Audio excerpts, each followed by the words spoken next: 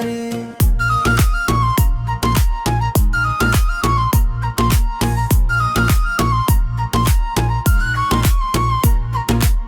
ಮಣ್ಣಿನ ಪರಿಮಳ ಗಾಳಿಯಲ್ಲಿ ತೇಲಿದೆ, ಹಳ್ಳಿಯ ಸಂಭ್ರಮ ಮನದಲ್ಲಿ ನೆಲೆಸಿದೆ. ತೋಳಿನ ತಾಳಕ್ಕೆ ಹೆಜ್ಜೆಗಳು ಸೇರಿವೆ, ನಮ್ಮ ಕನಸುಗಳು ಹಾಡಾಗಿ ಮೂಡಿವೆ.